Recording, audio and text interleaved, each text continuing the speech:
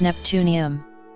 Neptunium is a chemical element with symbol Np and atomic number 93.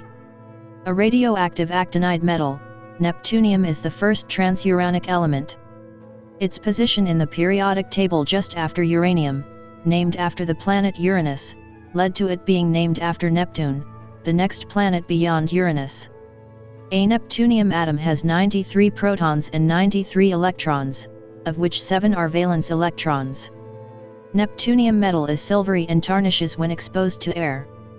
The element occurs in 3 allotropic forms and it normally exhibits 5 oxidation states, ranging from +3 to +7. It is radioactive, poisonous, pyrophoric, and can accumulate in bones, which makes the handling of neptunium dangerous. Although many false claims of its discovery were made over the years, the element was first synthesized by Edwin Macmillan and Philip H. Abelson at the Berkeley Radiation Laboratory in 1940. Since then, most neptunium has been and still is produced by neutron irradiation of uranium in nuclear reactors. The vast majority is generated as a byproduct in conventional nuclear power reactors. While neptunium itself has no commercial uses at present, it is used as a precursor for the formation of plutonium-238, used in radioisotope thermal generators to provide electricity for spacecraft. Neptunium has also been used in detectors of high-energy neutrons. The most stable isotope of neptunium, neptunium-237, is a byproduct of nuclear reactors and plutonium production. It, and the isotope neptunium-239, are also found in trace amounts in uranium ores due to neutron capture reactions and beta decay. Neptunium is a hard, silvery, ductile, radioactive actinide metal. In the periodic table, it is located to the right of the actinide uranium, to the left of the actinide plutonium and below the lanthanide promethium. Neptunium is a hard metal, having a bulk modulus of 118 GPa, comparable to that of manganese. Neptunium metal is similar to uranium in terms of physical workability. When exposed to air at normal temperatures, it forms a thin oxide layer. This reaction proceeds more rapidly as the temperature increases. Neptunium has been determined to melt at 639 ±3 degrees C.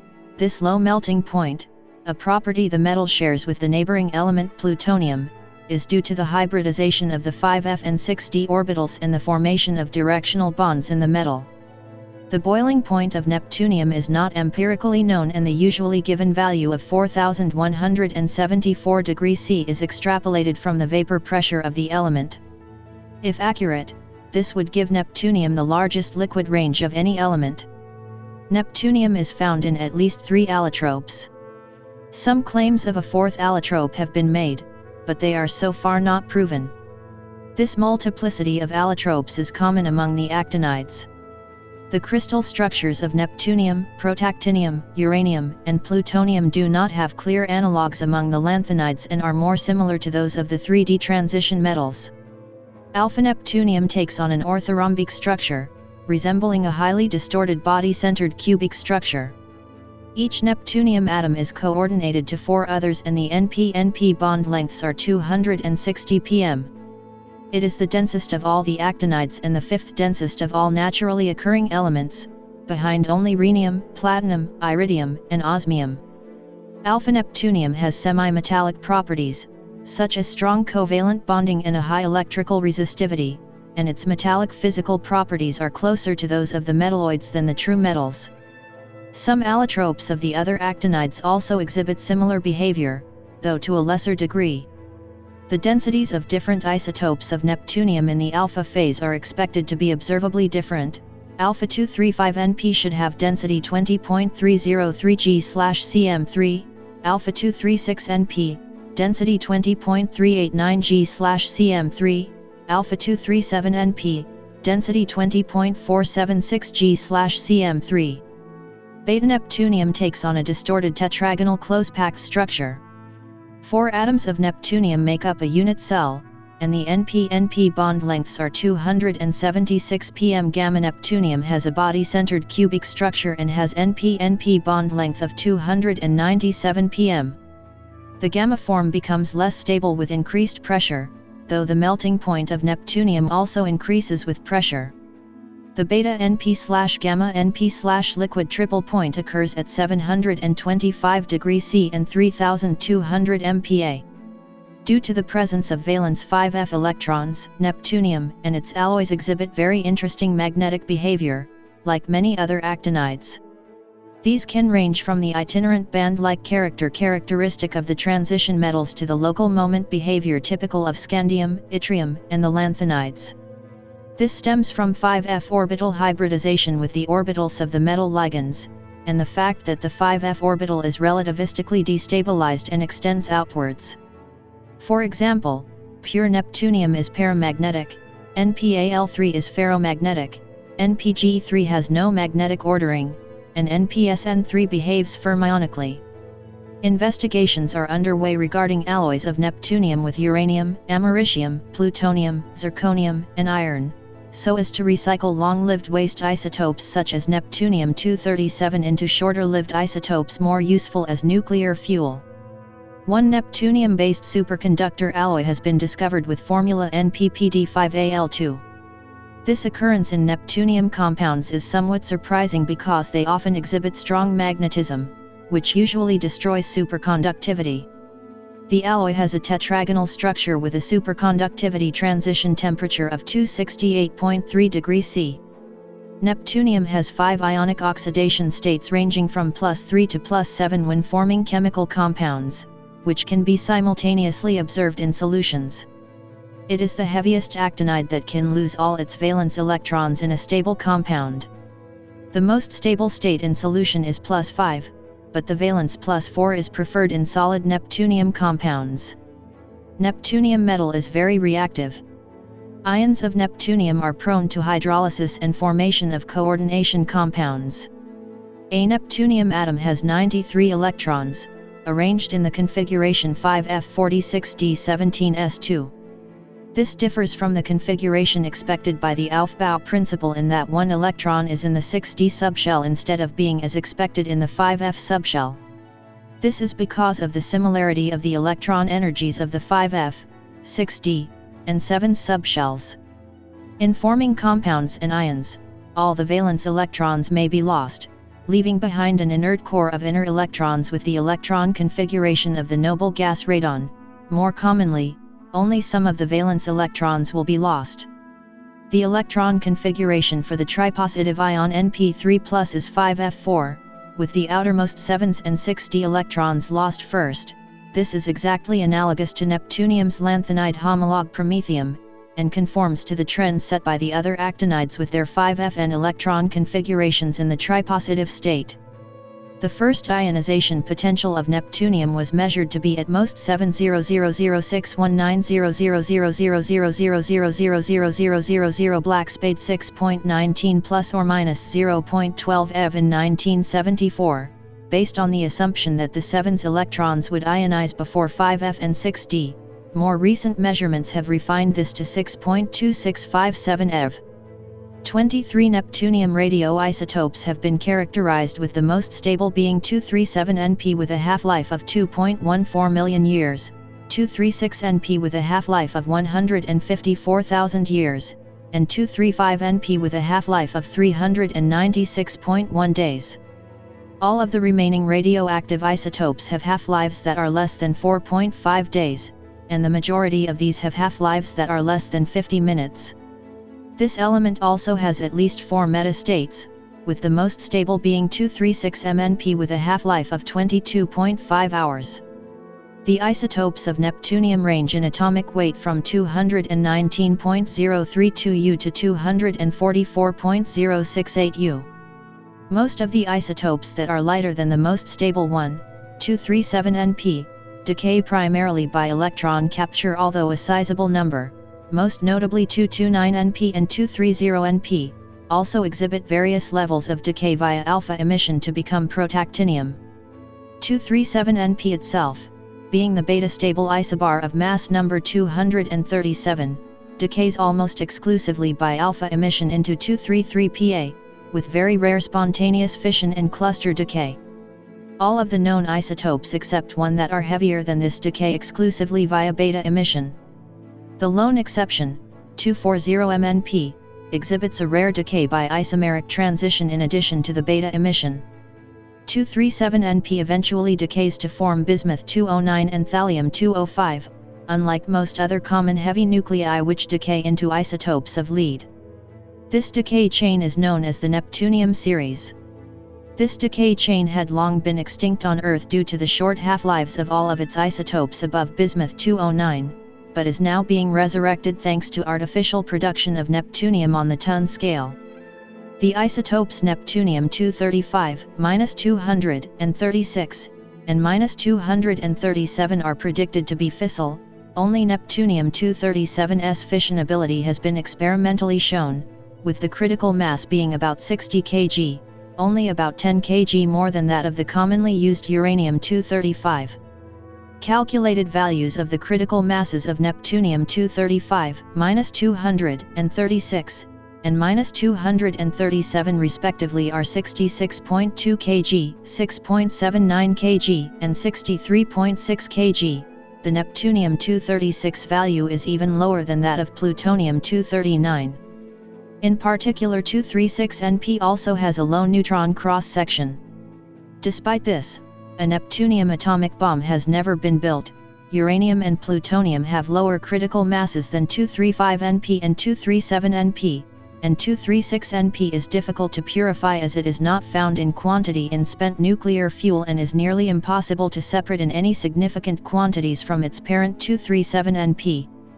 Since all isotopes of neptunium have half-lives that are many times shorter than the age of the Earth, any primordial neptunium should have decayed by now. After only about 80 million years, the concentration of even the longest-lived isotope, 237Np, would have been reduced to less than 1/1,000,000th of its original amount, and even if the whole Earth had initially been made of pure 237Np, 2,100 half-lives would have passed since the formation of the Solar System, and thus all of it would have decayed. Thus neptunium is present in nature only in negligible amounts produced as intermediate decay products of other isotopes. Trace amounts of the neptunium isotopes Neptunium-237 and -239 are found naturally as decay products from transmutation reactions in uranium ores. In particular, 239Np and 237Np are the most common of these isotopes. They are directly formed from neutron capture by uranium-238 atoms. These neutrons come from the spontaneous fission of uranium-238, naturally neutron-induced fission of uranium-235, cosmic ray spallation of nuclei, and light elements absorbing alpha particles and emitting a neutron.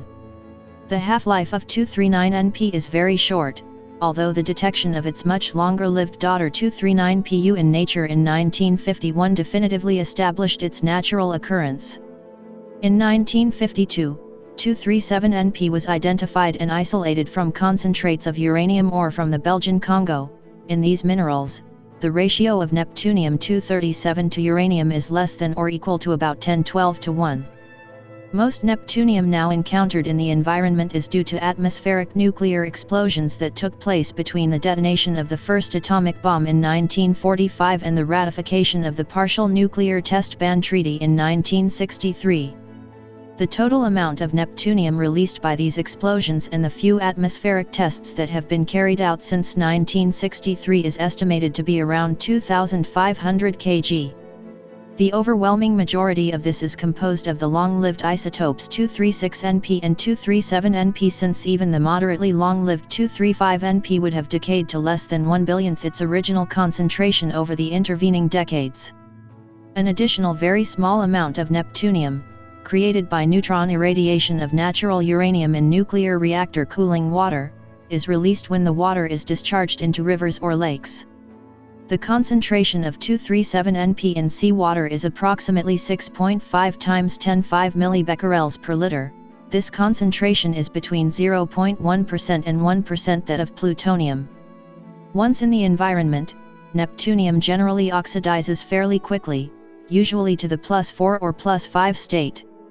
Regardless of its oxidation state, the element exhibits a much greater mobility than the other actinides, largely due to its ability to readily form aqueous solutions with various other elements. In one study comparing the diffusion rates of neptunium, plutonium, and americium in sandstone and limestone, neptunium penetrated more than 10 times as well as the other elements. Np will also react efficiently in pH levels greater than 5.5 if there are no carbonates present, and in these conditions it has also been observed to readily bond with quartz. It has also been observed to bond well with goethite, ferric oxide colloids, and several clays including kaolinite and smectite. Np does not bond as readily to soil particles in mildly acidic conditions as its fellow actinides americium and curium by nearly an order of magnitude. This behavior enables it to migrate rapidly through the soil while in solution without becoming fixed in place, contributing further to its mobility. Np is also readily absorbed by concrete, which because of the element's radioactivity is a consideration that must be addressed when building nuclear waste storage facilities. When absorbed in concrete, it is reduced to Np in a relatively short period of time. Np is also reduced by humic acid if it is present on the surface of goethite, hematite, and magnetite. Np is absorbed efficiently by tuff, granodiorite, and bentonite, although uptake by the latter is most pronounced in mildly acidic conditions. It also exhibits a strong tendency to bind to colloidal particulates, an effect that is enhanced when in soil with a high clay content. The behavior provides an additional aid in the element's observed high mobility. When the first periodic table of the elements was published by Dmitry Mendeleev in the early 1870s, it showed A in place after uranium similar to several other places for then undiscovered elements. Other subsequent tables of known elements, including a 1913 publication of the known radioactive isotopes by Casimir Fahans, also show an empty place after uranium, element 92. Up to and after the discovery of the final component of the atomic nucleus, the neutron in 1932, most scientists did not seriously consider the possibility of elements heavier than uranium. While nuclear theory at the time did not explicitly prohibit their existence, there was little evidence to suggest that they did. However, the discovery of induced radioactivity by Irene and Frederick Joliot-Curie in late 1933 opened up an entirely new method of researching the elements and inspired a small group of Italian scientists led by Enrico Fermi to begin a series of experiments involving neutron bombardment. Although the Joliot-Curie's experiment involved bombarding a sample of 27Al with alpha particles to produce the radioactive 30P, Fermi realized that using neutrons, which have no electrical charge, would most likely produce even better results than the positively charged alpha particles. Accordingly, in March 1934 he began systematically subjecting all of the then known elements to neutron bombardment to determine whether others could also be induced to radioactivity. After several months of work, Fermi's group had tentatively determined that lighter elements would disperse the energy of the captured neutron by emitting a proton or alpha particle, and heavier elements would generally accomplish the same by emitting a gamma ray. This latter behavior would later result in the beta decay of a neutron into a proton, thus moving the resulting isotope one place up the periodic table. When Fermi's team bombarded uranium, they observed this behavior as well, which strongly suggested that the resulting isotope had an atomic number of 93. Fermi was initially reluctant to publicize such a claim, but after his team observed several unknown half-lives in the uranium bombardment products that did not match those of any known isotope, he published a paper entitled Possible Production of Elements of Atomic Number Higher than 92 in June 1934. In it he proposed the name osonium for element 93, after the Greek name Ausonia. Several theoretical objections to the claims of Fermi's paper were quickly raised, in particular, the exact process that took place when an atom captured a neutron was not well understood at the time. This and Fermi's accidental discovery 3 months later that nuclear reactions could be induced by slow neutrons cast further doubt in the minds of many scientists, notably Aristide von Gross and Ida Noddack, that the experiment was creating element 93. While von Gross's claim that Fermi was actually producing protactinium was quickly tested and disproved, Noddack's proposal that the uranium had been shattered into 2 or more much smaller fragments was simply ignored by most because existing nuclear theory did not include a way for this to be possible. Fermi and his team maintained that they were in fact synthesizing a new element, but the issue remained unresolved for several years. Although the many different and unknown radioactive half-lives in the experiment's results showed that several nuclear reactions were occurring, Fermi's group could not prove that element 93 was being created unless they could isolate it chemically. They and many other scientists attempted to accomplish this, including Otto Hahn and Lisa Meitner, who were among the best radiochemists in the world at the time and supporters of Fermi's claim, but they all failed. Much later, it was determined that the main reason for this failure was because the predictions of element 93's chemical properties were based on a periodic table which lacked the actinide series. This arrangement placed protactinium below tantalum, uranium below tungsten, and further suggested that element 93, at that point referred to as Ek-rhenium, should be similar to the group 7 elements, including manganese and rhenium. Thorium, protactinium, and uranium, with their dominant oxidation states of +4, +5, and +6 respectively, fooled scientists into thinking they belonged below hafnium, tantalum, and tungsten, rather than below the lanthanide series, which was at the time viewed as a fluke, and whose members all have dominant +3 states. Neptunium, on the other hand, has a much rarer, more unstable +7 state, with +4 and +5 being the most stable. Upon finding that plutonium and the other transuranic elements also have dominant +3 and +4 states, along with the discovery of the F block, the actinide series was firmly established. While the question of whether Fermi's experiment had produced element 93 was stalemated, 2 additional claims of the discovery of the element appeared, although unlike Fermi, they both claimed to have observed it in nature. The first of these claims was by Czech engineer Odalen Koblik in 1934 when he extracted a small amount of material from the wash water of heated pitchblende. He proposed the name bohemium for the element, but after being analyzed it turned out that the sample was a mixture of tungsten and vanadium. The other claim, in 1938 by Romanian physicist Horia Hulabii and French chemist Yvette Cauchoy, claimed to have discovered the new element via spectroscopy in minerals. They named their element sequinium, but the claim was discounted because the prevailing theory at the time was that if it existed at all, element 93 would not exist naturally. However, as neptunium does in fact occur in nature in trace amounts, as demonstrated when it was found in uranium ore in 1952, it is possible that Hulabii and Cauchoy did in fact observe neptunium. Although by 1938 some scientists, including Niels Bohr, were still reluctant to accept that Fermi had actually produced a new element, he was nevertheless awarded the Nobel Prize in Physics in November 1938 for his demonstrations of the existence of new radioactive elements produced by neutron irradiation, and for his related discovery of nuclear reactions brought about by slow neutrons. A month later, the almost totally unexpected discovery of nuclear fission by Hahn, Meitner, and Otto Frisch put an end to the possibility that Fermi had discovered element 93 because most of the unknown half-lives that had been observed by Fermi's team were rapidly identified as fission products. Perhaps the closest of all attempts to produce the missing element 93 was that conducted by the Japanese physicist Yoshio Nishina working with chemist Kenjiro Kimura in 1940. Just before the outbreak of the Pacific War in 1941, they bombarded 238U with fast neutrons. However, while slow neutrons tend to induce neutron capture through a reaction, fast neutrons tend to induce a knockout reaction, where 1 neutron is added and 2 more are removed, resulting in the net loss of a neutron. Nishina and Kimura, having tested this technique on 232Th and successfully produced the known 231Th and its long-lived beta decay daughter 231Pa, therefore correctly assigned the new 6.75-day half-life activity they observed to the new isotope 237U.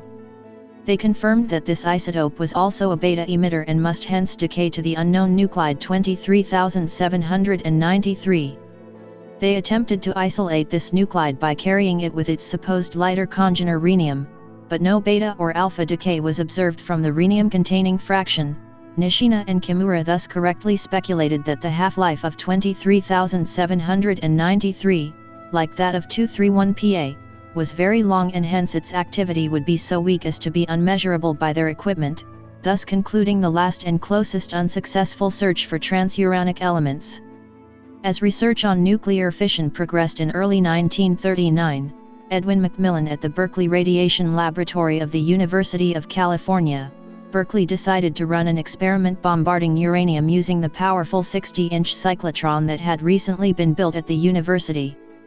The purpose was to separate the various fission products produced by the bombardment by exploiting the enormous force that the fragments gain from their mutual electrical repulsion after fissioning.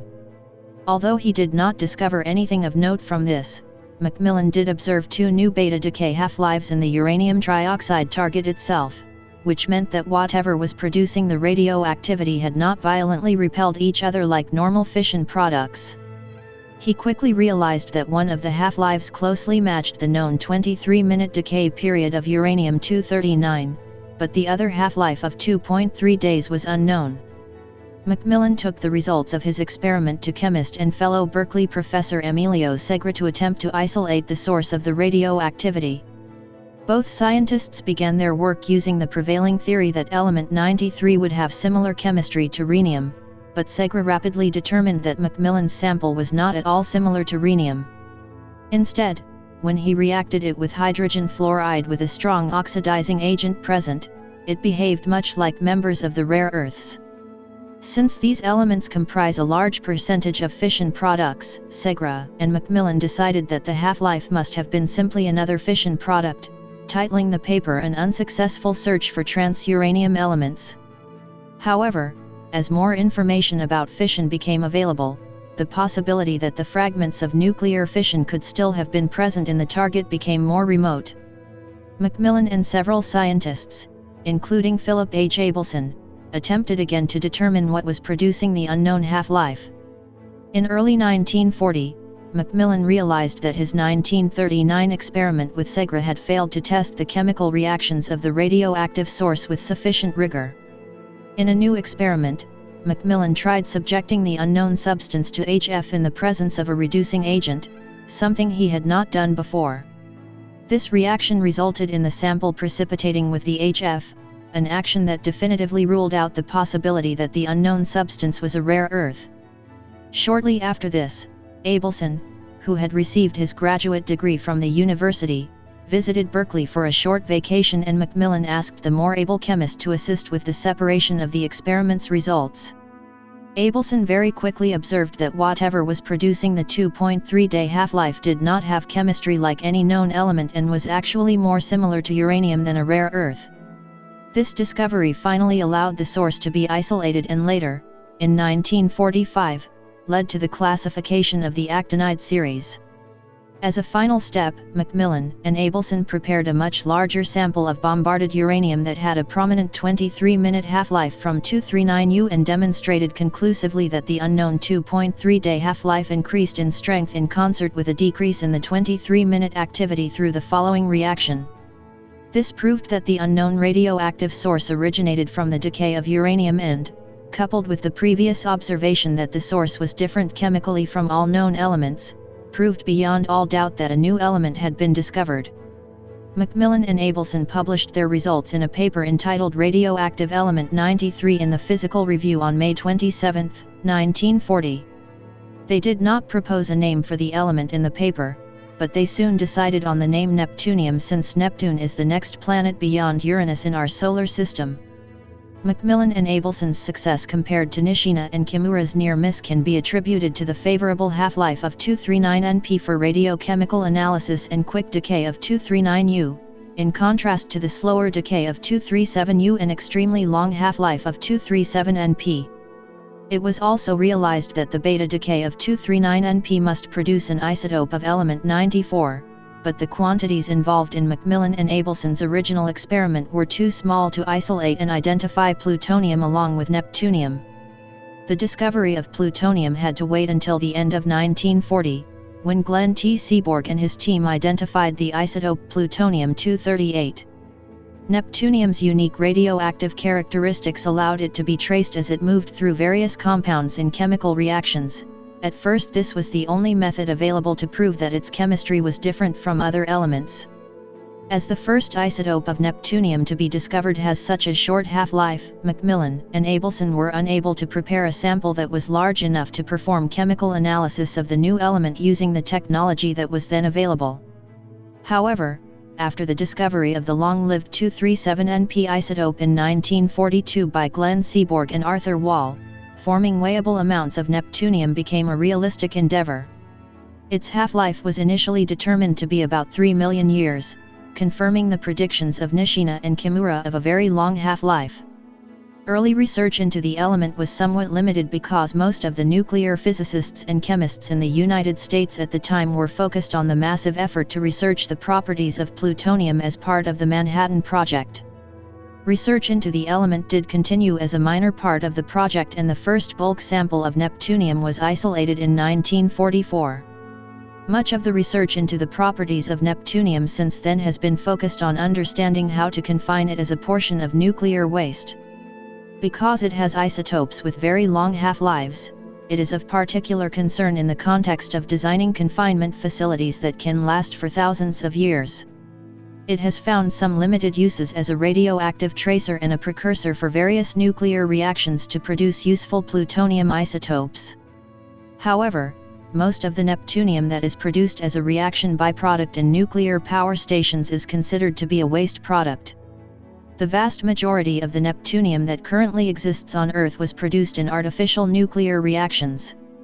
Neptunium-237 is the most commonly synthesized isotope due to it being the only one that both can be created via neutron capture and also has a half-life long enough to allow weighable quantities to be easily isolated.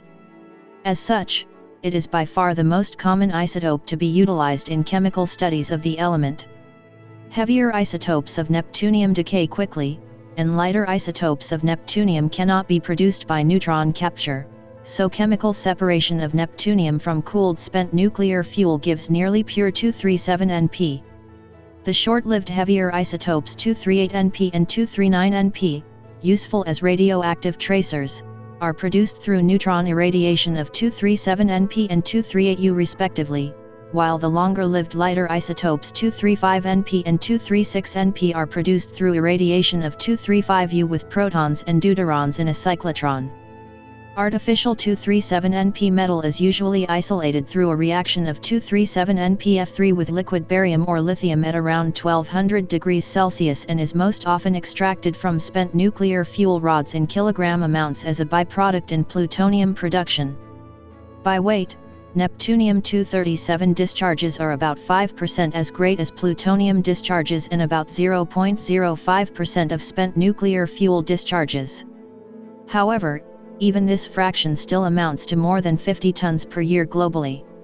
Recovering uranium and plutonium from spent nuclear fuel for reuse is one of the major processes of the nuclear fuel cycle. As it has a long half-life of just over 2 million years, the alpha emitter 237Np is one of the major isotopes of the minor actinides separated from spent nuclear fuel. Many separation methods have been used to separate out the neptunium, operating on small and large scales. The small-scale purification operations have the goals of preparing pure neptunium as a precursor of metallic neptunium and its compounds, and also to isolate and preconcentrate neptunium in samples for analysis. Most methods that separate neptunium ions exploit the differing chemical behavior of the differing oxidation St.